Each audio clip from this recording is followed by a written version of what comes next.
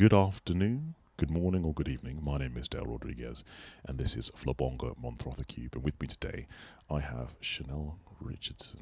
Hey, Shanel, how's it going? Hello. Thanks for having me. All good? Thank you for All being good. here. I think, I could be wrong, I don't want to upset anybody. You might be the first illustrator I've had on the show.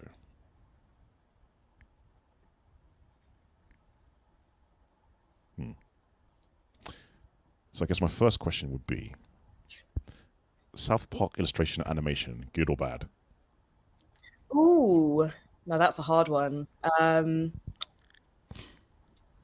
see. South Park anime. I mean, I think it's clever, to be honest. I think it's very clever how they've kind of done it, because they went very sort of resource light, I suppose. Oh, sorry, 1 second. I'm actually getting like feedback come back. Give me 1 sec. I'm just going to go back here.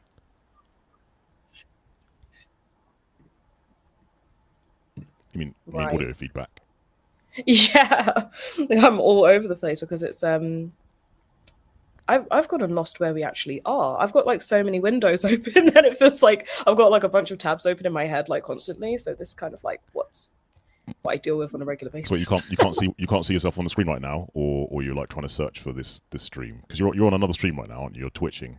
Right? Yeah, exactly. So I'm like trying to like fix it all. But there we go. I finally found where we are. Sorry about that. I'm here. It's awesome. It's cool. It's cool. All right, then I guess let's ask about that. Why are you twitching? Like, what's happening on Twitch? What on? Right. Well, right now I'm doing a charity live stream, and it's to raise money for Shout, a mental health charity. Yeah, it's something I've been doing for a little bit now, and I'm really enjoying it. So, yeah, that is pretty much why.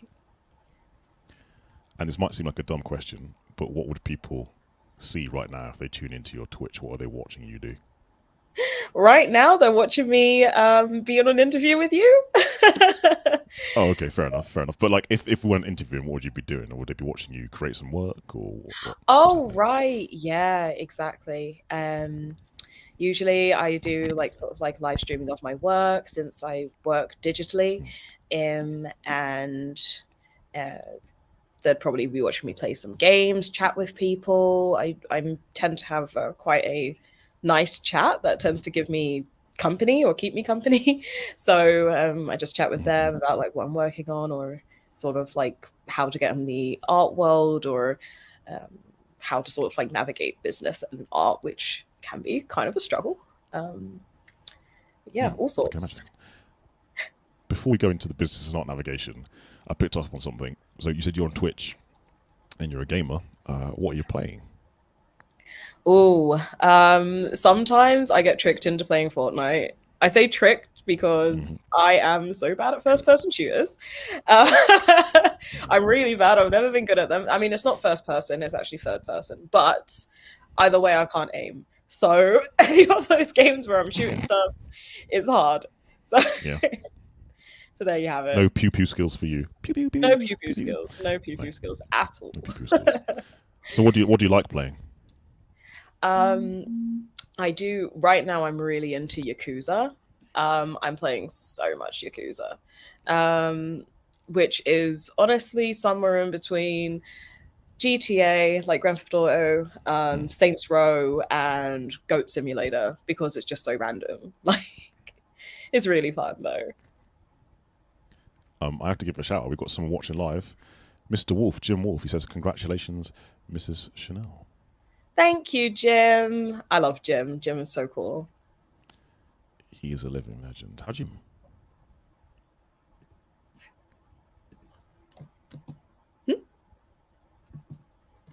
I don't know if you heard that. I said, "How do you know Jim?" Oh, right. Yeah. I believe that we met on a networking thing one time. You know how it goes. But yeah, I think I met him there. And honestly, we just sort of like just really got on. I just really enjoy how like, what's the word? Just he's just all over the place. He just says it as it is, and I really appreciate that. He has an amazing mind, doesn't he? Like the way his brain works and really processes is different, but in a good like, way. I think that his brain is more creative than mine, and I don't say that lightly. I think that he is so cool. And he has so many hats, and I was just like, this guy has so many hats, and he's really, really cool. And I want to be like him when I grow up. Oh, wait, hang on. When you grow up, let's be honest, you are kind of a grown up already. You work full time. You've emigrated to another country. Yeah. And if I'm not mistaken, you are in a long-term committed relationship. Right. I mean, yeah, details. You can't really get more grown up than that. I think the next step in grown-upness for you, and maybe for me, would be a pension. Like, you can't get more grown up than that. Pension. Right, exactly. No? That's true. That's true. All right, I need to ask you one of my silly questions as well, right? Okay, first one. If you're a biscuit, what kind of biscuit would you be that accurately portrays your personality and why, but don't just pick your favorite biscuit? I honestly want to say a hobnob. In a weird way. How so? Why so? I'm not entirely sure. I feel like hobnobs have just this weird sort of energy about them. You get what I mean? Or maybe like a ginger nut. I think a ginger nut. I love ginger nuts. Okay, but I can't pick my favorite one just because it's my favorite. But the reason I think a ginger nut is because it's kind of underrated. If I can say that about myself, kind of underrated. You can really say whatever you like about yourself. Sweet. Huh? Sorry? I said you can say whatever you like about yourself. Like, true. You do you, fam. You do you. Yeah. But yeah, probably a ginger nut or a hobnob. Also because hobnobs are really fun to say. And every time I say, oh yeah, my name's Shanel, it's like the perfume. Like the perfume. But it's spelled differently though, right? It's spelled that way? It is. Yeah. It is spelled differently. Cool. And I get some really interesting spellings. Have you got any that are just so ridiculous it's unrecognizable to be your name? Oh yeah. I think I had somebody spell it with like an R and another N, another E, and another L. And it's just like Shanel? What do you mean? That's the ghetto version of that spelling, let's be honest. Yeah, sorry, for real. I shouldn't say that. It's very ghetto. So, I was just like, how did you manage to do that one? I have no idea. My younger sister has a way cooler name than me. Her name is Akila, spelled Akylah. And she's had a million different pronunciations of spelling. Akla. Akikikikila. There's like they put like extra K's and I's in it and stuff. Like it was just, Aquila. Oh no. Yeah. Right, because this is streaming to LinkedIn, we do have to ask you some business type questions because we're business type people and we're very serious grown-ups, you and I. So my first question is serious, super serial. How did you get into illustration? Ooh, how did I get into illustration? So I've always been really into art, always been really into art. When I sort of was growing up, I was always like really inspired by like, honestly, I was inspired by everything. I was inspired by cartoons. And I really enjoyed also just, Vincent van Gogh and learning about like his work and all of these really famous artists that were in like museums, like two very like sort of different things. And, as you grow up, it's kind of like, what do you want to be? It was always something to do with art for me. It was always like a clear sort of like thing. I wanted to do something in art. I didn't know what. And then I really got inspired by sort of fantasy and just making up characters and making up situations and illustrations and things like that. And I sort of just wound up being commissioned for a lot of different things over the course of my life. I think I've done over 350 commissions or illustrations. I'm not entirely sure. Wow. Okay. Yeah, like if I were to sort of like look at it in like all totality. And that's kind of cool. But I think, illustration is such a wide thing. A lot of people think that it's very it's just for like children's books or certain things. And illustration is in so many different industries and used for so many different things. So yeah, it's kind of like, you know, illustration. What type of illustration? Mechanical illustration, you know, book illustration, or concepts. Like, there's so much. I didn't know there were different types. I'm not going to lie. I'm going to have to take some direction from one of our viewers. Jim is asking questions, and it would be rude of me to not listen to Jim.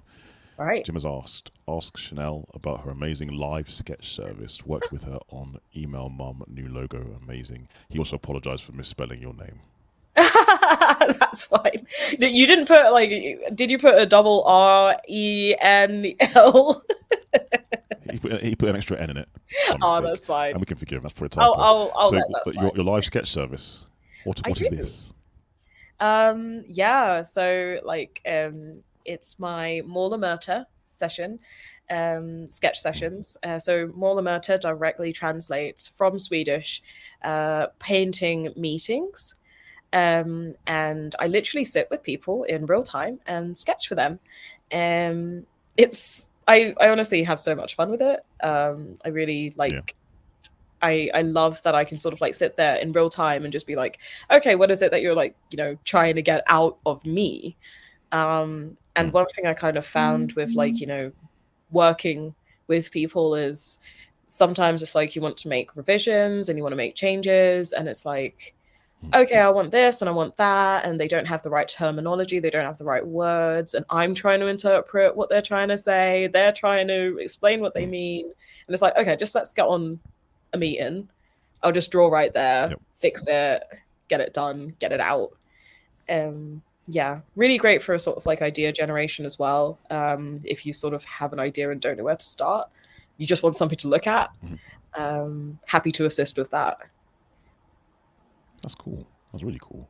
So I assume like for corporates, it might be what, logo design or like advertising concepts, or what kind of illustration is it? Because you mentioned different types that I was unaware of. So what kind of work is that? Or is it a mixture of all of those things, those branches? Yeah, it can be. Sometimes it, how do I say it? Sort of like, it's really good for planning, because I think it's good for sort of like drafting up sort of like logo designs and things like that. And if you come up with something that you really like what I did with Jim, then I'll just, you know, clean it up after the fact. And they'll be like, here, your functioning logo.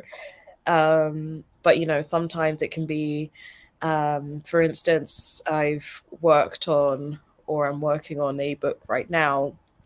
And it's like, okay, we have some characters for this thing. And it's just like, okay, sure. Let's just start drawing, you know. And it can sort of like be replacing that sort of initial meeting of, I want to do this. And it wants to be like this. And it's like, okay, let's look at research right now and start like making something from that research that we've been looking at. And sometimes it's good with like note taking as well. So sometimes I sit in on, for instance, like Dungeons and Dragons sessions, and it's like, okay, what's going on? And I just sort of doodle stuff, and then after the fact, I just send it to them, and it's just like, okay, so this is what I took from this. So wait, could you draw me like a character portrait of my D&D character? I absolutely could, and would love to. Because his name is Daloth the Black. I didn't name him; someone else named him. That's so good. Possibly racist. I don't know. I don't know. Yeah, maybe. We'll see. Tastefully. Why is it called Dale? I think it's something like Daloth the Black. He does not wear the robes of his order, for his skin is darker than his soul. Something stupid like that. What? I know, that's pretty racist, right? That's pretty racist. Yeah. A friend of mine said it, so it's not racist. I don't know. Jim's giving you compliments. He says the service you provide is effective, helps make the vision come alive in real time. I need to ask you a silly question to take away from the stupid stuff I just said. If you could eat one meat for the rest of your life, presuming you do eat meat, forsaking all others, what meat would you choose? Chicken. Chicken. Don't need to think about it. Didn't even hesitate. No, didn't even ponder. Don't need to think about it. Chicken is so versatile. It's uncanny how versatile chicken is. Like, you can have chicken in a curry, you can have chicken in an Asian dish, you can have chicken in a soup, you can have chicken, you know, you can fry chicken, broil it, you can do whatever you want to chicken. It's just great. I love chicken. Yeah. Chicken's great. It's delicious, isn't it? So good. Although there's one thing I don't particularly enjoy about chicken. I've seen other people do it. I tried it. Chicken feet or chicken foot. Like, I can't bring myself to do it. I can't bring myself to do it. I'm tried sure it. it tastes great. I'm sure it does, truly, but I can't. It tasted like what it was cooked in. You know what I mean? And I can see why Yeah. people do it. Like, you'd waste not, want not. Get them nutrients. Right, yeah, exactly. Oh dear. I used to say chicken, by the way, because I've asked myself this question, Let's and do it. I'm sure it tastes I got great. convinced that beef is a better option. Beef. Now, okay, what was their argument for beef? So they were just like, Dale, you really like steak. And I was like, I do like steak. And if I pick chicken, I can never have steak. Like, ever. And also, like, when you talk about the versatility of chicken, I would say everything you do with chicken, you can do with beef and it tastes better. No. You can't do sweet and sour Have you ever meat. had chicken? You can. Have No, you ever you done... can't. My mum did it once, Alright then, and have we you were ever both done- heaving. Yeah. All right, fair enough. Have you ever done spaghetti bolognese with chicken mince before? I try it though. I try it. Or chili, or lasagna. You know, I think I've seen And I know... turkey, but not chicken. Yeah, turkey mince is disgusting. It's tried it. It's awful. I get it. It's cheaper and it's lean, but turkey is like the worst meat, and there's a reason why we only in the West eat it at Christmas time, because it's a trash animal. Yeah. Down with turkey. Yeah, the only time I eat turkey is when I've like cooked it on a grill, like low and slow. Other than that, it's pointless. It's disgusting. Oh gosh, like, you know what? I used Sorry, to. this isn't about me. Yeah. No, sorry, I interrupted you. Sorry, I used to. Yeah, no, I used to really dislike turkey, and I've started having it in more sort of like things, because over here, I think there's more of a sort of like health, what's the word? Health culture. And so, you know, eating less red meat is kind of encouraged. So they have like so many different like alternatives for like you know, red meats and things like that. So turkey has popped up a few times. What did I have? Now, turkey salami is banging.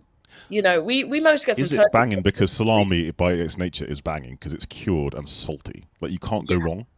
You can't. You absolutely can't. But it was really, really good. Really, really good.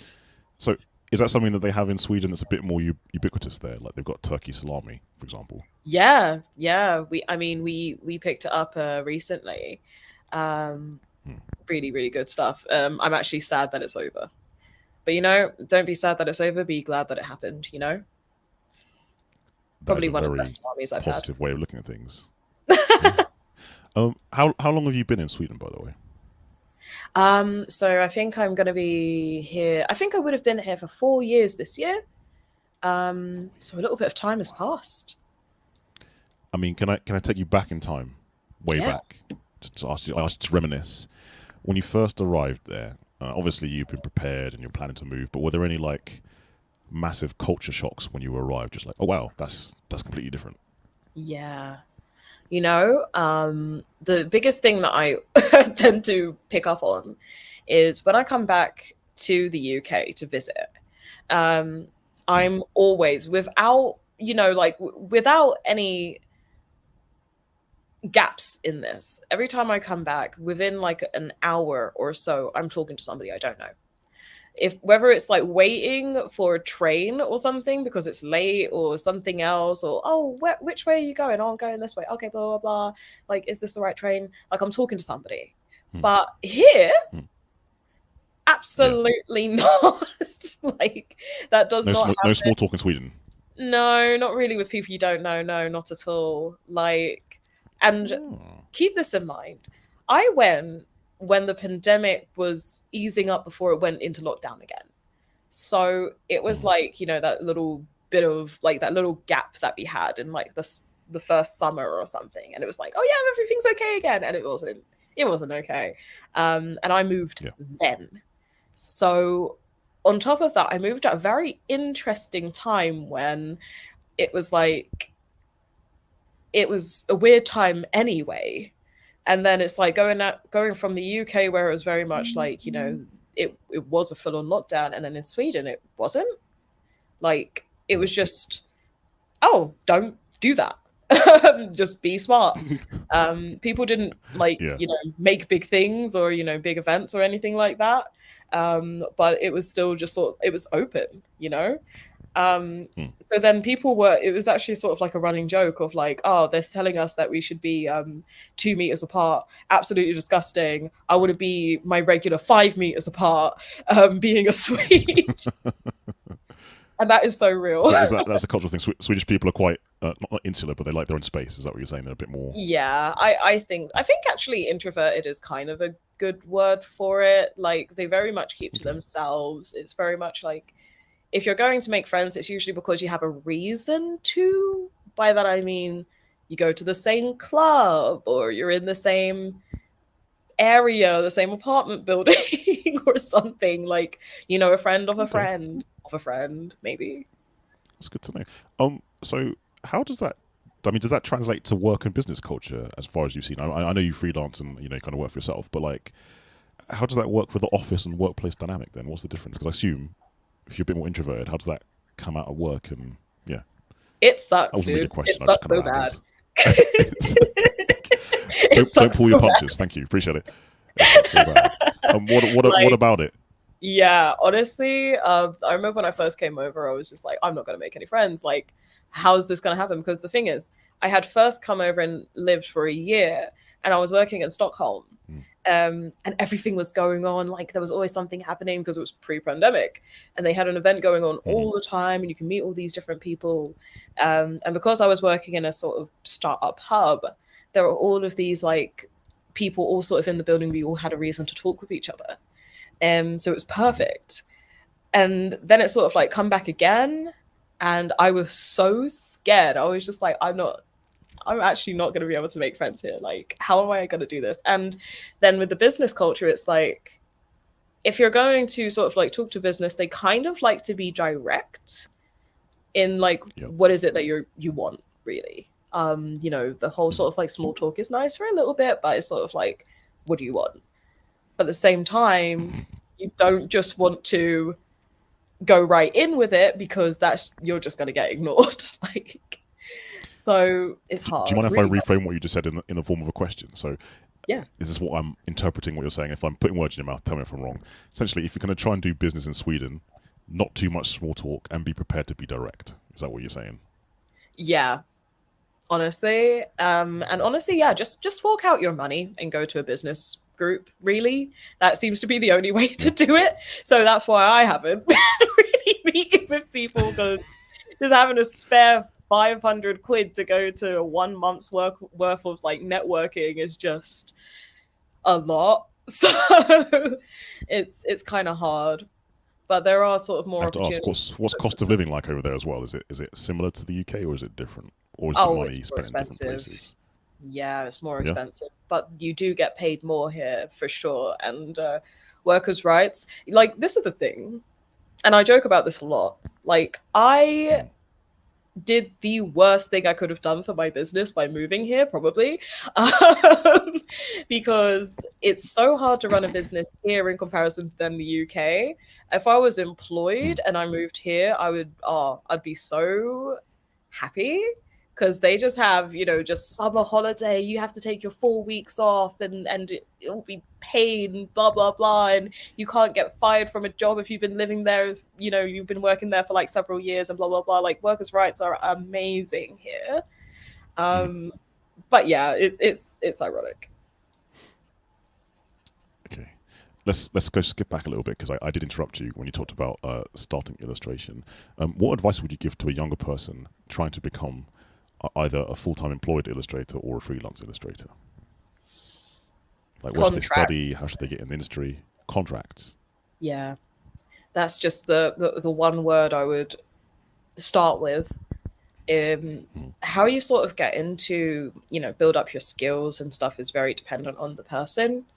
For me personally, I realize actually now that I've been quite an academic person, and I'm also realized that I am not disciplined very much. So it's a good thing I was an academic person, because I don't think I would have learned as much as I have if I didn't have like a looming deadline over my head and somebody marking me.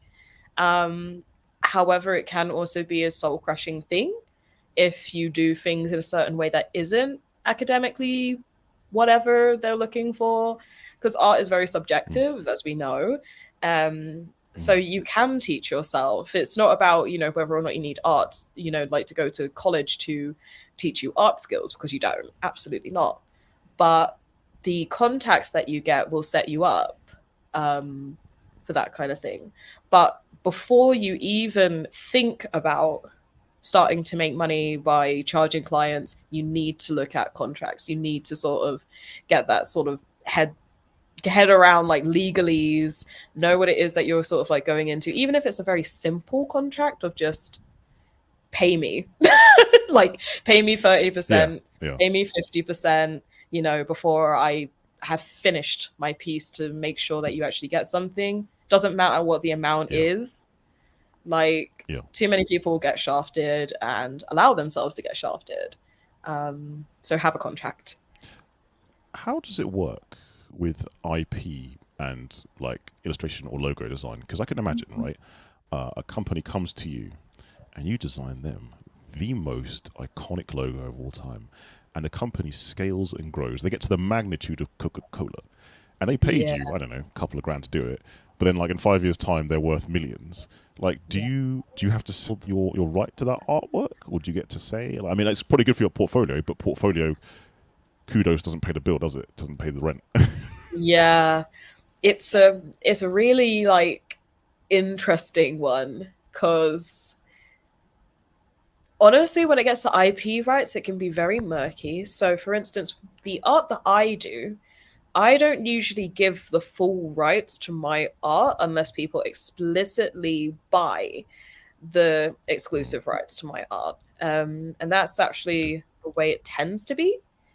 By default, you usually, unless the artist states, okay, you get like the full commercial rights to use my art.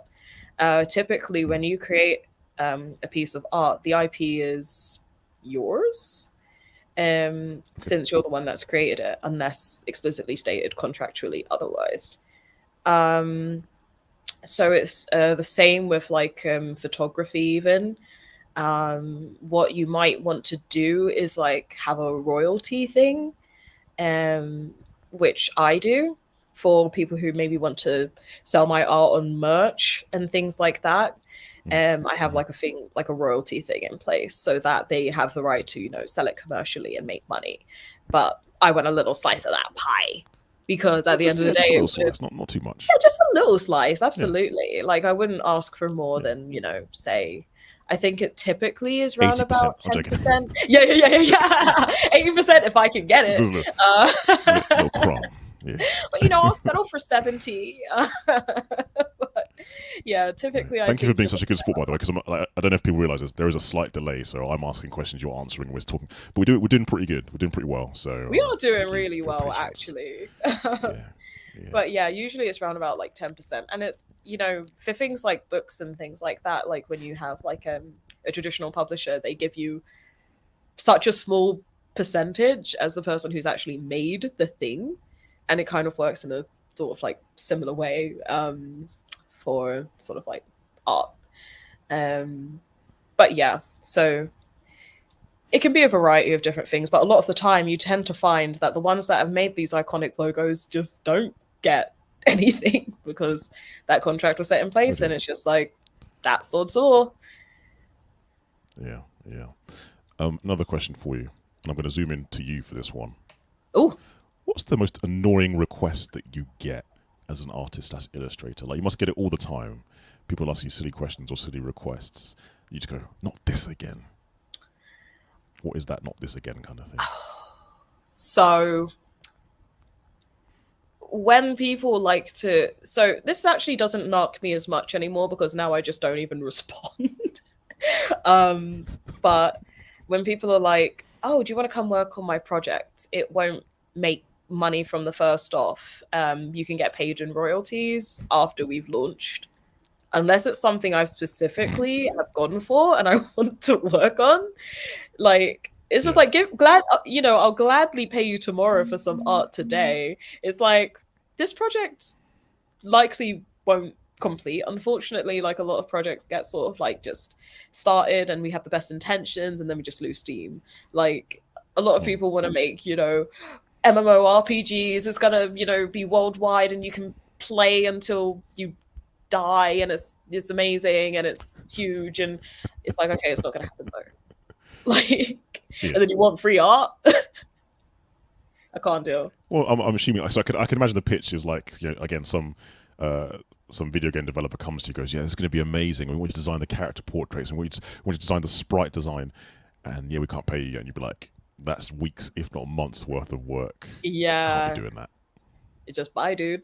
Like, I mean, it's hard because it's like there's some genuinely really cool stuff out there that is like, I really want to just work on it just because it looks really fun.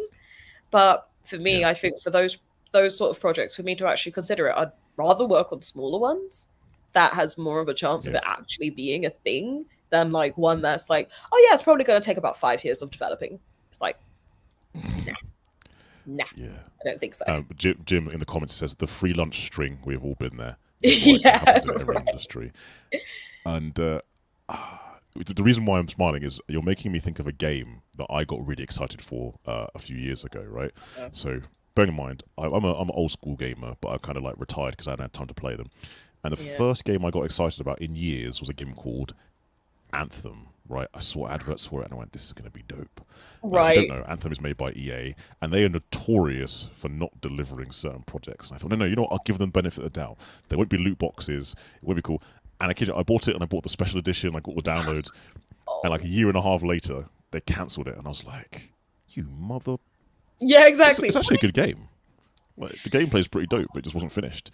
Yeah, so I can, from your point of view, I can imagine if someone worked on that project as an artist and said, yeah, you're working for a AAA studio and we'll pay you when the game gets launched. They've put years into portraits and design. Yeah, it's like... Yeah. Sorry, I went on a bit of a rant there. No, but I could rant about like the game industry because it's been so shite for so long. Honestly, it's really gotten to a place where like AAA just is horrible. Yeah, it's absolutely horrible. The fact that so many games, it's like a game as service kind of thing where you don't even own the game. It's like you're just, subscribing to be on their server for a period of time that they see fit, like, which can be in some cases as little as a year or so, is actually robbery. They should actually be sued. I'm surprised that no one is. That's so bad. Well, it's in the contract. It's in the contract, isn't it? You buy the game, and it says, by downloading this game or purchasing this game, you agree to this ridiculous contract with 200 pages. The annoying thing about games as a service for me is, right, like, it should have been the holy grail for games. Because, like, we've all played adventure games or multiplayer games that were like, man, that was really good. That was a really good campaign. And we might play it again and be like, oh, I wish we could have, like, a DLC for that, right? So the idea of games as a service, if done properly, would be amazing. But what's happened is studios have gotten lazy, given us half the game, then 3 years later given us the rest of the half the game and said, this is the game as service. It's like, no, you just didn't finish the game. Exactly. You just didn't. Yeah, exactly. And it's so sad. And to be honest, I don't really like. I buy practically all of my games on Steam these days, which is obviously just a big old like. I don't own really any of my games. It's like, Steam goes down, then I just lose access. But they do have a thing in place. I think that if that were to happen, that we do get refunded. I don't know though. I heard something somewhere. I don't know if that's right. So with Steam, you still download the game content, so you can actually bypass Steam and still play it on your PC. You actually download it, so you can still play the game. Actually? Yeah. Then I have the game. You got to do in some of the. You have the game, but you have to do a little bit of tweaking on the code to get past Steam and bypass it. But you can still play the game. Jim, for the comments again. Jim, thank you for commenting. By the way, Jim, much appreciated. I get it with music sometimes. I'm okay with it. Depends on the circumstance. So I think he's talking about again. Please do some production or music recording, and I'll pay you later in royalties. No, I get that happens a lot in the music industry. You know, we were creatives actually in general. talking about it. I'm in a community, the Creative Collective Network, and they are. Oh, so Martin, ugh, he's the worst. Yeah, I He's know, terrible. Martin. Ugh, Martin Wiskin. Ugh.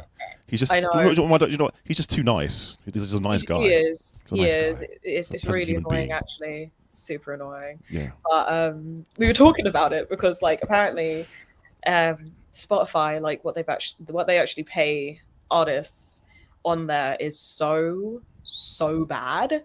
Like, first of all, they won't even pay you unless you get like over 1,000 streams a year, and then it's literal pennies per play. Not even pennies per play. It's a hundredth of a penny. 0.000. Yeah, I know. Yeah. Really low. And I didn't realize it was that bad, and now I kind of feel like, oh damn, should I even use Spotify? Oh dear. They're all like that though. So I don't use Spotify. I use YouTube Premium, but I'm assuming it's very similar. There's lots and lots of 0.0001235 pence or whatever Horrible. currency you're It is working really in bad. per stream or per listen. Yeah. Like this sort of culture of just exploiting creatives is so long ingrained in just about every corner, and that's really a shame. It is really a shame. Sorry, Jim's in the comments. I'm going to share this one. This is a shocking stat, okay? Because you think this would be better. Jim Wolf, I made £20 from 5 million plays on TikTok. Oh, that's terrible. My goodness, that is really, because you can guarantee whatever advert was in that TikTok thing with his music made way more money. Like, that's so bad. That's atrocious. That is really because in theory that means 5 million people heard your track, right, or your music, which is sick, which is great, but that really should amount to more 20 quid moolah. Yeah, definitely. I'm going to change topic real quick. Sorry. Yeah. Sorry. Please continue. Then I'll change topic. Oh yeah, sure. I was just going to say it's one of those weird things with like, I guess it's like that thing where TikTok you get so many views that they sort of are like capitalizing on that and just being like, oh, because there's just so many people that view stuff on TikTok, now you just get just 0. Like it doesn't count or something. I don't know. It's difficult. It's based on how the advertisers pay, right, or what they pay for the clicks and the views. I don't know. Yeah, strange. But now you can go. Subject change. Thank you for your patience. Hands. Why are they so hard to draw? Like, hands. Really good question. Hands are one of those things. I think it's because I think they're one of the most complex things because it's got the most sort of like that we use sort of like regularly and want to sort of like have in our art, has like sort of like so many moving parts. It breaks down, like, I mean, you've got like, 1, 2, 3 bones in a single finger, and then it's like, okay, how do those bones move? They can move like this, but not too much like this, and you have to think about perspective, and you have to think about shading, and anatomy knowledge is really the key one. A face, you can, do what you want with a face. A lot of people sort of just want to draw a face and they get really good at drawing faces, and then they don't get good at drawing hands. It's like an afterthought. And is it the same with eyes as well? They're quite detailed. Is that right? Like if you're going to do a close-up of an eye. Yeah, if you really sort of like look into the eye has so many different parts as well. Like it's obviously like a sphere, and then you actually have like another sort of like thing on top of that sphere. It actually goes out a little bit. If you really sort of like look into the eye, and then of course like in the actual iris, then you have all of these different like fibers and stuff when you really want to get into it. Like when you look at the sort of like break it down really far, then like eyes can be extremely complex. But I think it's one of those attractive things to learn to draw, which is why so many people probably get better at drawing eyes than they are at drawing hands. And you know what? Feet are also difficult, but a lot of people don't draw feet unless that's your thing. Like, so when you say that's your thing, what do you I mean by that? Are we talking like an OnlyFans thing, or? I never know what you mean. I need you to spell it out. I'm very slow. So there do be, people out there that make There it do their be thing people to out draw there. feet. It's very lucrative, I've heard. You heard. I heard. Look, man, no judgment. Don't No out judgment. me. I'm not one of those people. I'm bad at drawing feet, okay? I'm bad at drawing feet. I don't snitch. I don't snitch. Never. Oh, dear. But usually they're in shoes. Oh, wait. Do you have any questions for me, by the way? I feel like I've been interrogating you. Any questions for me? Yes. Technology and business advisor. What would you advise in terms of technology for my business? Make more money. That's my advice. That works. All right. So what would I advise for you in your business to leverage technology? Yeah, why not? I mean, it's kind of hard to say because I don't know that much about your business. But the idea is, right, especially if you're a sole trader or self-employed, every hour you're awake, working not working there's like you can put a time cost to it in theory. That sounds really harsh, but you can, right? And it's usually weighing up the cost of the technology based on versus the time you spend on doing things. So again, if you're a sole trader or a smaller business and you're doing your own invoices, right, and you're sending them from Word, and it takes you half an hour to send an invoice, how much is half an hour of your time worth? If you have an hourly rate, calculate it. And if there's a software that can do it for you in 5 seconds or 10 seconds, and it's less than half an hour it's been taking you, use the technology. But there might be a cost to it, but ultimately those half hours that you don't spend doing stuff that isn't your core business, that isn't getting you money, you will then have more time to do projects, more commissions. That's the base of it. And then you scale it as well, right? So if you're a bigger business, are your staff quitting because it's so difficult to put data into the system? Because they're getting pissed off. There's like, screw this, I'm out. And you're not getting, as a senior leader, you haven't got visibility on your business. So that's the two parts. It's like, how do you make it more efficient in terms of human hours and time?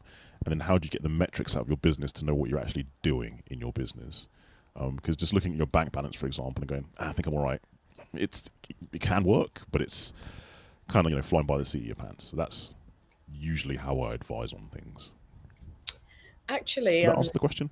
Yeah, no, it really does. I've actually been thinking a little bit on like what I can automate in my business, and the answer is a lot. The only thing is that I find that when I'm sort of like thinking about, okay, I can automate this, or I can just like have information in a way that feels, what's the word? Easy to digest, just quick to look at, just something that I can just like, there, it's there, done. Like, I know that there are like plenty of aspects, like, managing clients, for, like being a freelance illustrator, and sending invoices, checking in on people, when to post, what to post. These are all sort of like things that, so honestly, when you say post, do you mean sending information or posting on social media? Sorry. Yeah, probably like posting on social media. Like, for instance, like with this charity stream that I'm currently doing, is like I was so over, like there was so much going on in life. I mean, I literally got married like 2 weeks ago. So congratulations, by the way. Thank you. Happily married. But yeah, like so my head got a bit like busy, and it's just like, okay, I need to actually promote this thing. But it's like trying to keep on top of it all is really difficult. It is. And in theory, if there is a tech solution that can do it quickly, effectively, and cheaply, then adopt it or use it. And the best thing, a bit of advice I can give people is, don't try and use tech as a silver bullet to solve all your problems. Break them down into separate branches or avenues, and then pick one, and then kind of use that and get that kind of small gain in that area. Because a lot of people think, I'll get some amazing all-being, all-singing, all-dancing system, which one will be very expensive, and two, if it's not configured correctly, won't work for you. So take 2 or 3 problems that are really simple, really small, and use a smaller solution or system to get rid of that for you. And then there's always that cliche saying, will it make the boat go faster? So are you able to produce work faster? Are you able to produce better quality work? Can you take on more work if those things are taken away? And just kind of, look at the return on investment. If it costs you £200 a year to implement some kind of process, and you can get £1,000's worth more of work, then it kind of makes sense to do it, right? Because you're spending, but you're getting more money. You're getting £800 back. Yeah, exactly. What suggestions would you have for somebody who struggles with like just getting back to people and being on top of sort of like messages? Because I feel like I am a massive bottleneck in my own business sometimes. Okay, two options, right? If you're managing yourself, a very basic CRM like Pipedrive or Capsule, they're pretty cheap, 20 quid a month. They help with mail tracking, and they'll do flags, and they have sometimes automatic responses. So if someone's sent you a query up for a quote, you can have templates set up, and it goes, okay, well, this is my hourly rate, or this is you can have it kind of semi-automated. Failing that, a virtual assistant. There's lots of virtual assistants out there who can just reply on your behalf. They're not stupidly expensive. And they can just help you manage that. Because if you're saying you're not getting work in, or projects are sitting there because you haven't got back to people, then yeah, a VA, again, leveraging that technology. They don't have to be someone who's in the same town as you or the same office space. That's the wonders of technology. They can be somewhere else on the planet. Yeah, absolutely. I have a funny feeling that we should probably talk very soon. Oh yeah, another time, maybe off the live stream, like off the live stream. Off the live stream. But yeah, there's lots of things you can do to get better at that. No, very good. And any other questions for me, or shall I ask you another silly question? Do you have any suggestions for sort of like managing clients, like CRMs? And if you could break down what CRM actually means, because I've actually forgotten what it is. Oh, yeah, I say it all the time. I've actually forgotten. Customer relationship management, I think. Thank CRM. you. Yeah. Client relationship management. Yeah, it's basically a place where you can see the conversation history of a client and different projects or work or quote that you've done in one section for that client. So generally speaking, before people have a CRM, everything's an email, right? And you've got to track through. And granted, Outlook and Gmail have gotten better at that conversation part of things, so you can kind of see things. But if you've got long-standing clients who have repeat business, you might want to know in a year or previous years how much money they spent with you. And if you do that in a mailbox, that's going to take forever. Whereas a CRM will usually have different attributes assigned to that client.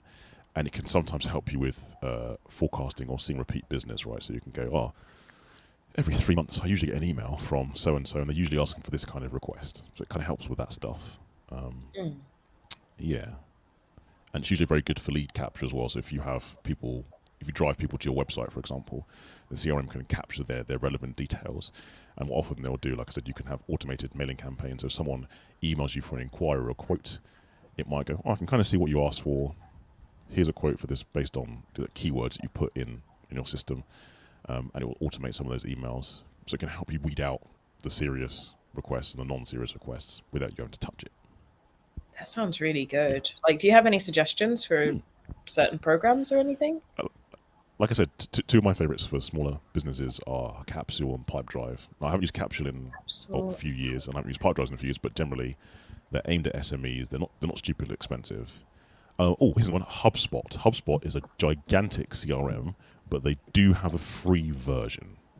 And the free version is very good. HubSpot. I know, yeah, HubSpot. No, they haven't paid me to say that. Okay. Yeah, very good. Like, the thing is, like, it's a gargantuan piece of software that, like, I think zero, so like massive companies use it, but their free version is very, very good for what it is. Oh, very nice. Good. Sorry, I just saw that my battery is dying, so I'm gonna quickly get my charger, and I'll be right back. You sure? I mean, this could be a good time to just take a break. Oh, no, you off? You back? You gone? Oh, right. I'll assume you're still there. I'm here. Before I went. Sure. So have you plugged in or not plugged in? No. I need to quickly pop to the room and get it. But I saw that you said. I was going to say, shall we? Well, no. Should we make this a good place to end the conversation? Right. Just Yeah, end the live sure. stream. All right then. In that case, Shanel, thank you for joining me. You've been awesome. Yeah. And to be honest, I'd love to do another live stream with you again at some point in the future. Maybe you and Yes, Jim at the please. same time. That would be cool. Cool. Yeah. So thank you for doing this. Enjoy Of course. the Thank you rest so of your much day. for having I'm gonna hit me. end stream.